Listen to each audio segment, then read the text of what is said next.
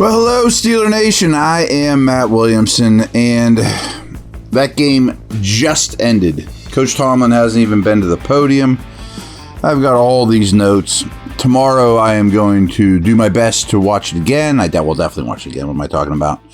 And get you some more detailed information, some more detailed thoughts. This is my post-game, late night, once again, reaction. A little bit emotional. That end of the game made me a little bit crazy. Lost my mind a little bit there as the Raiders crept back into it. I thought a little bit referee aided. Hey, I understand that you can't hit quarterbacks hard, but that Minka call and that whole drive was so ref aided. And I know I'm emotional right now. But overall, really good win for the Steelers. Established some things, stuff what you and I talked about all week, about things you needed to see for this football team. For the most part, much more for them than the most part, came through. It showed the style of play they need to play to winners. And that's making plays on defense, not allowing huge plays on defense, growing on offense, I guess is the best word I can use. And before we get too far, I just want to call out the fans. I mean, I think it's a big deal to travel like Steeler Nation did to Vegas for this game and have a real presence. I mean, you're hearing Muth when he catches balls. I think at one point they called a timeout because they were getting a delay game because the Raiders couldn't get the play in. Things like that. Home field advantage stuff on the road. That stuff means a lot. Plus, those of you that went, I'm sure you had a swell time in Sin City this whole weekend. So I'm a little jealous I didn't get to go. Much of my buddies in the media are there. This would have been a great road trip just for partying, fun, see the stadium, bring home a win. But hey, I'm pretty emotionally drained, and you're 2-1. The division's very much in striking distance, and we're going to go through some things as we always do. I mean, let's start with, I often start with the halftime stats just to kind of get a feel for how the game is going. And at the half, the Steelers are averaging 5.5 yards per play. Vegas was 5.6. Steelers had 9 first downs. Vegas had 6. Steelers ran 33 plays. Vegas had 29. But time of possession was 17-13 versus 12-47. That was telling early because I'm going to say this over and over. The Steelers controlled the middle of this game, and that started with eating up clock early. And I think that paid off. The end almost didn't go your way, but controlling the middle of this football game, I thought was really important. So back to the first half, 2 penalties for 15 yards versus 4 for 41. And while I'm on the penalty thing, I need to look into this because it sure seems like they're taking a lot of special teams penalties. Is that 100% true, or is that just a feeling thing? I am going to investigate that for sure. But the Steelers had 65 rushing yards in the first half. Vegas had 22, all of them by Josh Jacobs, only running back to get a carry in the first half, and I think through the whole game. He had 8 for 22. But was it pretty with the Steelers running game? No, but we saw double teams and some bread and butter runs that I've been begging for, and 65 first half rushing yards, and we'll get to the end of game stats. We're better than that. Sacks in the first half, Steelers had 2, both by Watt. Vegas had 1, half of which is credited to Crosby. We'll get to those 2 here in a minute. Devontae Adams. I mean, that's the best player on the field tonight. I mean, what a superstar. And I'm sure it's concerning to you guys that he just lit the Steelers up. 7 for 97 and a touchdown in the first half. And I felt like the entire game they could have thrown them every time and they would have got yardage. Now, is that okay? Of course not. But I think the only receivers on the planet that are better than him right now are Tyreek Hill and Justin Jefferson. I mean, he's truly elite and on a Hall of Fame pace. And Garoppolo understands it and throws to him every time. And frankly, the Steelers' corners are a little questionable. And you play a guy like that, he's going to light you up. And boy, did he ever. More about that later. In the first half, Kenny was 7 of 14, but for 122, threw a touchdown, no interceptions. Pretty much game manager stuff. Jimmy was 12 of 18 for 155, 1-1. Okay, I get it. And some of my notes were, boy, can't cover Adams. This is, again, just first half stuff. Targeted on 7 of Garoppolo's first 10 passes. Was stealing. Almost had 100 yards at the half. Now, I mentioned the Steelers' corners. They're slow. Now, I'm not saying you can't win with the guys you have, but Peterson doesn't run great anymore. Wallace never did. Pure speed at the cornerback position is not a strength of the Steelers. That's not why they couldn't cover Adams, though.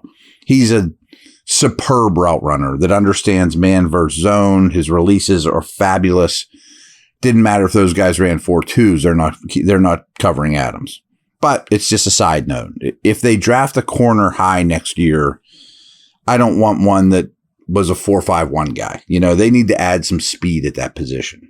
We'll talk about the offseason later. But big plays on defense. Again, these are halftime notes. As I mentioned, effective with their double teams in the run game. Double teaming at the point of attack, move to the next level. That was much better. The big Warren Sharp conversation was runs out of shotgun versus runs out of, behind center. And I think we discussed this late last week. I love what Warren Sharp does. Tremendous work. But I thought there was a little hole in his analysis last week in that to be on Canada for throwing too many passes out of shotgun, I thought was unfair because such a high percentage of those came in the second half against the Niners. You're in shotgun, throw. So in the analytics and stats world, that's going to screw you up. So I paid attention to that coming into the game, and there were a lot of runs and out of shotgun. So I think that trend is gone. But very few passes from under center. That needs to change. I think Canada, for the most part, did pretty well tonight, but that tendency has to go away. When they're under center, they rarely throw the ball. And there was 8:33 left in the second quarter. And I'm pretty sure at that point, when they were under center, they ran every time and might have even held true all the way through the first half. We'll see. But they definitely ran more from shotgun than the stats told us coming into the game. Lots to discuss. Let's take a quick break. I'm going to go through the final stats, and then I have a bunch of bullet points just recapping the game, immediate thoughts, initial impressions, as we always do post-game.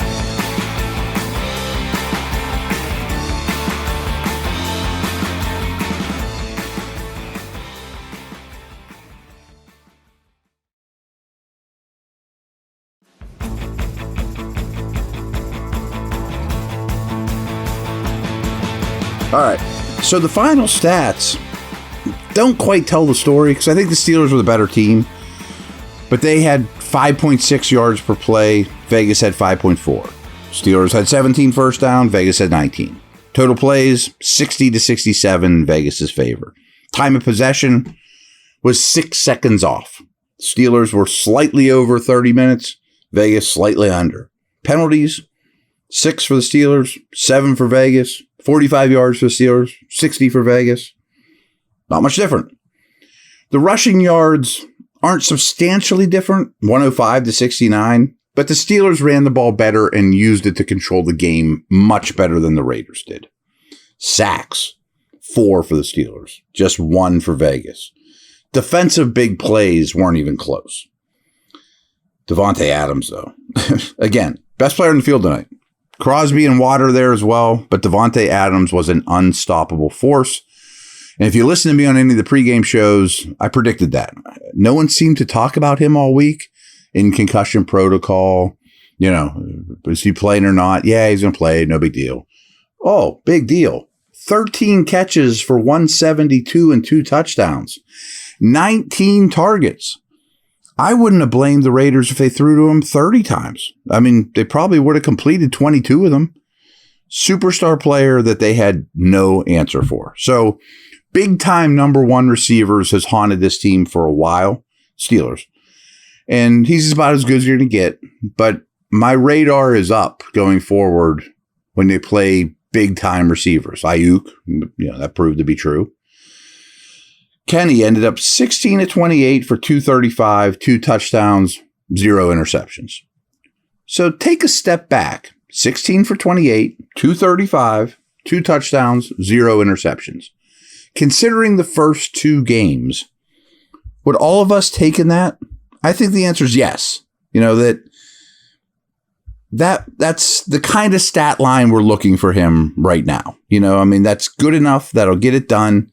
It's not perfect. It's not Mahomes, but it's good. You can win that way, and they did.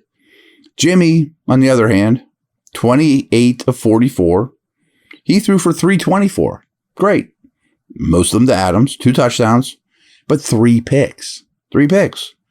So that's probably the difference in this game. I know the last turnover doesn't really matter. Well, it matters, but it doesn't change the game. The Wallace pick with nothing left on the clock. But the Steelers won the turnover battle 3-0.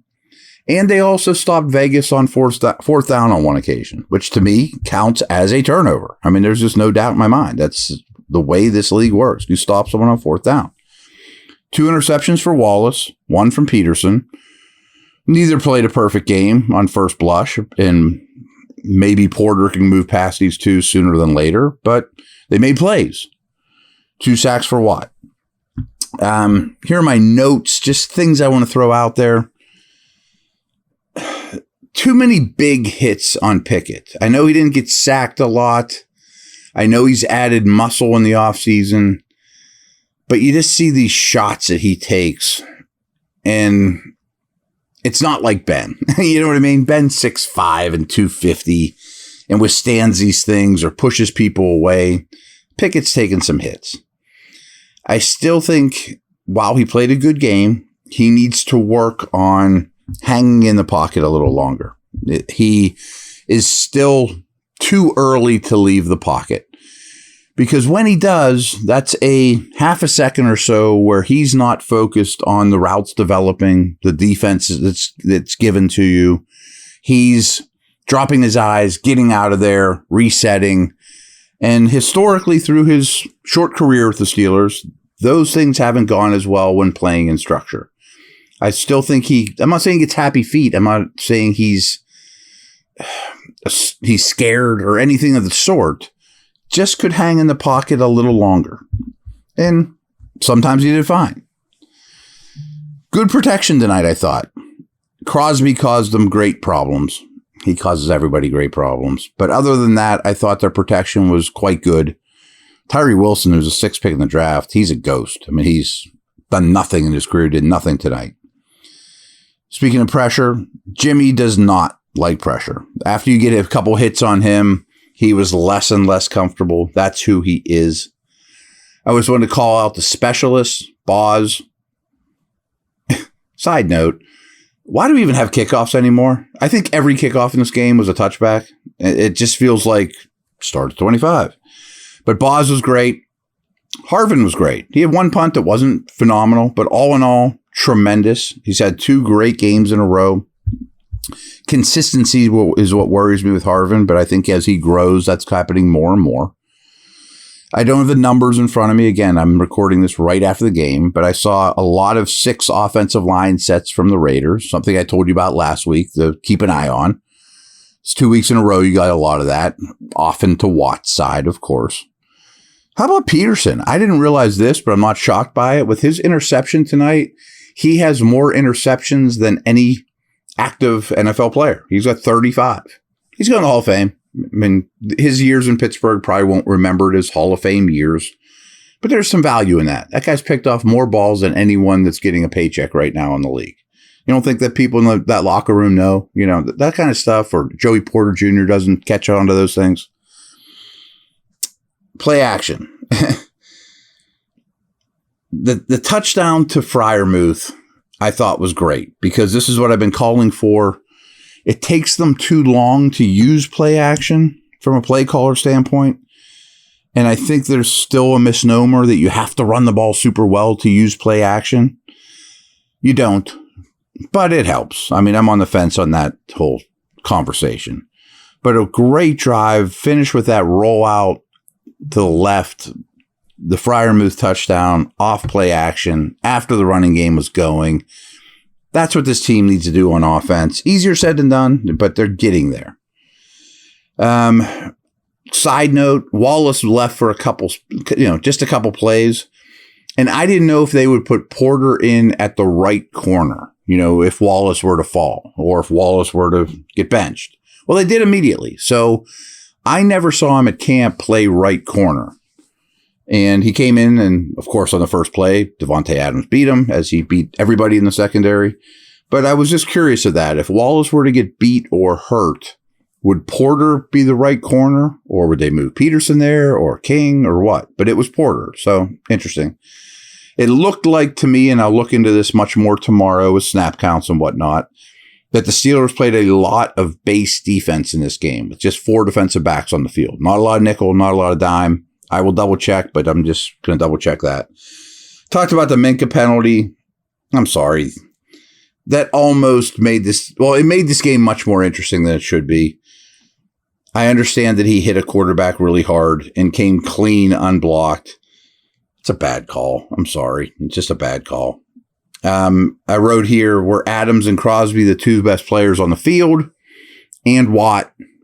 Adams was the best player on the field, but those stars came to shine tonight, which was fun to see, just from a impartial viewer. I mean, it's great to see the best players play great, and Watt, Crosby, and especially Adams absolutely did that. I think owning the middle of the game was really important for the Steelers, the bulk of the game. Sometimes they'll call it the middle 8, the last 4 minutes in the first half, the last 4 minutes in the second, or first 4 minutes in the second. But it was longer than that. There was a bulk of there. About the middle 20 seemed to belong to the Steelers, and it paid dividends in many ways. And then lastly, I would be upset if I was a Raiders fan and that drive late in the game when you're down deep in the Steelers' end and Josh McDaniels goes for a field goal. I know he went for a field goal before that. There was a penalty. Got a reprieve, was able to move the ball, but then they're near the goal line at the end, and they kick a field goal. I thought that was a gift from the Raiders. So, all right, it's late. Fun game. I'm going to do much more research before we talk again tomorrow. Steelers are 2-1, sitting in a pretty good spot. I've already started my Texans advanced scouting. They're a little better than you think, especially on offense. But it's obviously a winnable game. I think same with the Ravens the following week. But let's not get ahead of ourselves. Over and out. Take care.